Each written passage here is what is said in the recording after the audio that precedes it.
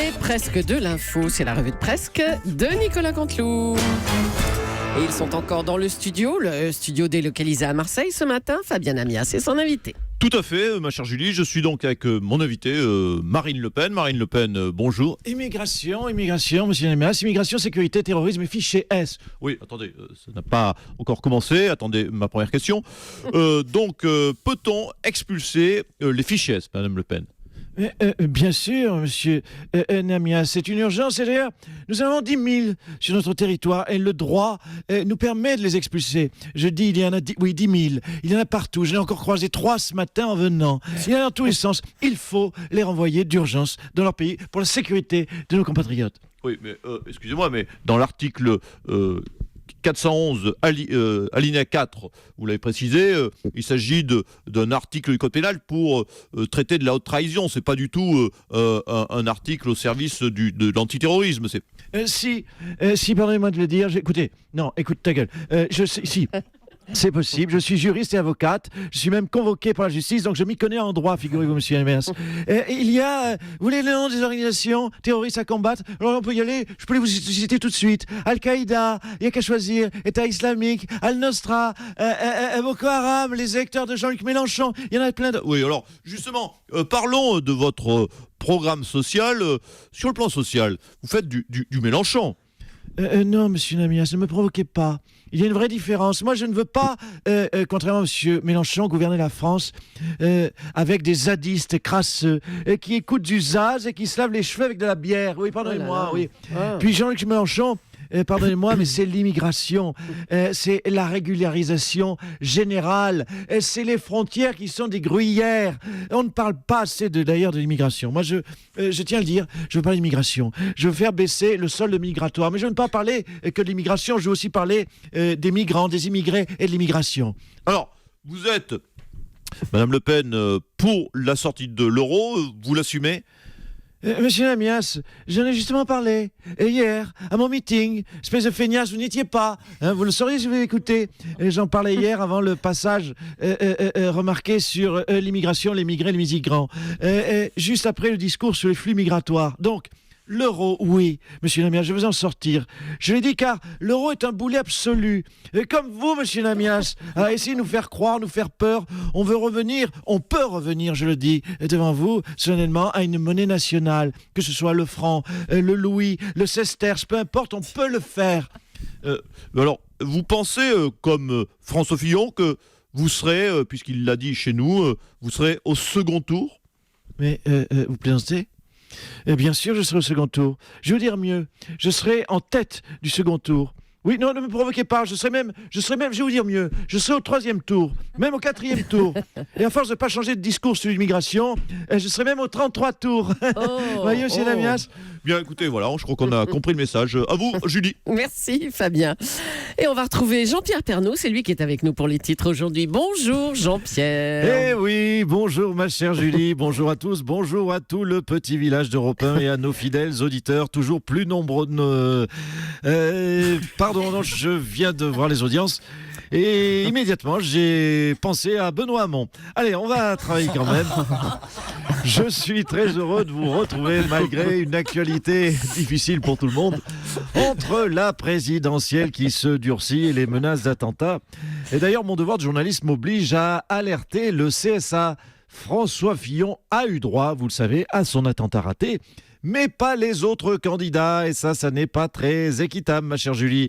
Maintenant, il faudrait menacer les 10 autres candidats si on veut respecter l'équité dans cette présidentielle. Sinon, ce n'est pas très républicain, disons-le. Après, on se demande quel terroriste, c'est vrai, sera assez neuneux pour menacer Jacques Cheminade ou François Asselineau.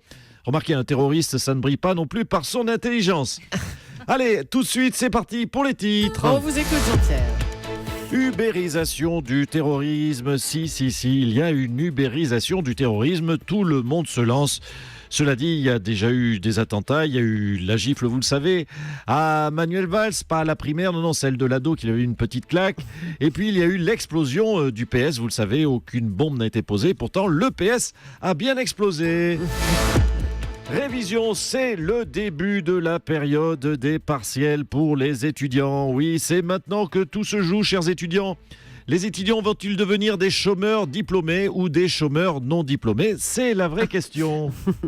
Et puis emploi pas fictif, depuis vendredi dernier, on l'a appris, la sécurité autour de François Fillon a été renforcée. Et là, comme par hasard, il n'a pas employé sa femme et ses enfants comme garde du corps. Et oui, quand c'est du boulot sérieux, c'est terminé de faire semblant d'employer Pénélope. Ramor, l'arbitre. Oui, Ramor.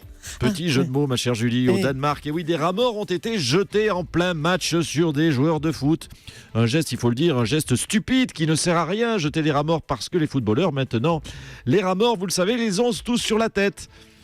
Et si, regardez la coupe de cheveux de Paul Pogba et vous serez convaincus.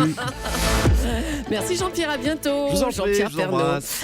Ce soir, France 2 organise donc son émission politique avec les 11 candidats. Finalement, il ne s'agit pas d'un débat. Bonjour Emmanuel Macron. Bonjour à toutes et à tous. Écoutez, je vous entendais à l'instant, car j'écoute Europe 1. Il n'y a pas de débat ce soir? Vous êtes sûr de cette information? Oui. Bon, écoutez, ma vraie question, quelle est-elle? Je vais être d'accord avec qui, du coup? Je vais devoir parler tout seul? Non, vous serez face à des journalistes. Mais pourrais-je être d'accord avec eux? Mais non, mais enfin, c'est pas... ils vont vous poser des questions. Par exemple, que pensez-vous de la politique européenne actuelle? Écoutez, sur l'Europe, je vais vous le dire franchement, je suis d'accord avec vous. Et en même temps, je ne peux pas vous laisser dire cela, car la politique européenne, c'est un enjeu majeur. Oui, mais non, mais enfin, c'est pas très concret tout ça, là. Écoutez, je suis d'accord avec vous. Vous voyez, ça marche mon truc, je devrais m'en sortir. Ah oui, vraiment, oui. Écoutez, bonne chance. Merci, Monsieur Macron. La menace terroriste plane à nouveau sur les candidats. Jean-Luc Mélenchon, est-ce que ça vous fait peur? Moi, j'ai pas peur. Moi, j'ai pas peur. Ça prouve quoi cette affaire, les gens? Les gens, que j'avais une fois de plus raison avec mes hologrammes. Comment ils vont faire, les terroristes, plus malins que tout le monde, pour savoir qui est le vrai Mélenchon et qui est l'hologramme? Qui c'est? T'en sais rien, tu peux pas le savoir. L'hologramme, c'est celui qui ne me postillonne pas dessus. Ah, bien vu, Leclerc. Bonne réplique, pour une fois, bien vu, Leclerc.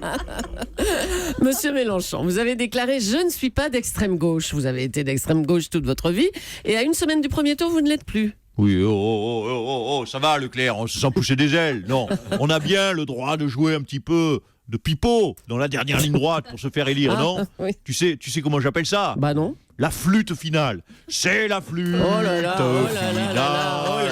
Eh oui. Alors, selon un sondage pour Paris Match, vous passez devant François Fillon avec 19,5%. 19,5%. J'adore Paris Match. C'est mon côté people. Mon côté Coco, mais Chanel. Ah, carrément. Voilà. Carrément, Monsieur Mélenchon. À bientôt. À bientôt. À bientôt, les gens. Alain Juppé a retrouvé François Fillon hier lors d'une visite commune des locaux de 10h. Monsieur Juppé, bonjour. Ça s'est bien passé? Très bien, écoutez, je ne connaissais pas Diesel, je dois dire que j'étais bluffé. Non, c'est pas Diesel, c'est 10h. Oui, pardon, 10h. Oui, ça s'est très bien passé. On est arrivé à 10h, d'ailleurs à 9h15.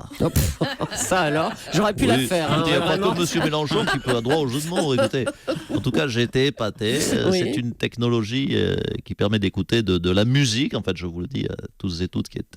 Oui, 10h, oui, 10h. Une technologie donc, qui permet d'écouter de la musique sur son ordinateur en se connectant sur un site web, c'est comme ça qu'il l'appelle, relié à des centaines de milliers de tourne-disques qui jouent les chansons à la demande. Ah d'accord, oui. C'est assez fortige comme système. On appelle ça le string. Mais non, c'est pas le string, le streaming. Oui, pardon, c'est ça, le streaming. Il est pire que moi là dans ce domaine. Oui, le streaming. Si l'après, j'étais bon. Voilà. Bon, et sinon, comment ça s'est passé? C'est comme à une semaine près, j'étais bon aussi. Comment ça s'est passé? Écoutez, c'était génial. Ah, sérieusement? Pourtant, vous avez dû annuler votre visite à l'école 42, vous savez, la célèbre école d'informatique. Et François Fillon a été accueilli chez Deezer avec des messages « Rends l'argent ». Oui, mais c'est justement ça qui était très génial. Ah si, ça m'a fait un bien fou de voir à quel point les gens le détestent. Ah oui, je peux vous dire, c'est bien fait pour sa gueule. Il m'a battu en jouant au père la morale. Donc le regarder éviter des gamins qui lui font des blagues sur ses costards et ses emplois fictifs, je dois vous dire que je dois vous le concéder, j'ai pris un pied d'enfer. Regarder Fillon souffrir pendant une journée, c'est le meilleur des antidépresseurs. Non, quel panard, vraiment. Ah bah dis donc, merci Monsieur Juppé. Je vous en prie. Et puis ce soir, c'est donc l'émission de France 2 avec les 11 candidats. On est en duplex avec Jean Lassalle. Jean Lassalle qui est devant le siège de France 2 à cette heure-ci. Monsieur Lassalle, vous avez bien préparé cette émission ? Écoutez, monsieur, je vous dis que je suis attendu dans le studio pour une émission ce soir. Non, monsieur, je suis désolé, vous ne rentrez pas avec tous ces moutons-là. Monsieur, mon cher compatriote, je vous signale que ces moutons constituent mon bureau politique et je n'ai pas l'intention de les laisser dehors pendant que je défends mes convictions. Bon, et là, il est à la réception de France 2, mais vous nous entendez? C'est Europe 1 qui vous appelle, monsieur Lassalle. Oui, je vous ai Ah. dans une oreillette que l'on m'a placée D'accord. dans mon pavillon Alors. auriculaire. Je vous entends. Alors, Écoutez, j'ai un problème ici à France 2. Je pense boycotter l'émission. Ah. Est-ce que vous seriez disposé, à Europe 1, à me recevoir, moi et mon équipe de campagne? oh là, les moutons, là, Il y a environ une centaine de moutons, une soixantaine de brebis. Est-ce que ça peut tenir, monsieur Soto, madame Leclerc, dans votre studio? bof. Calme-toi, Marguerite. Oui, j'ai oublié de la... Oui, elle est un peu jalouse. Il y a aussi une vache. Ah, il y a Bon. une vache aussi. Merci, je compte sur vous de m'accueillir.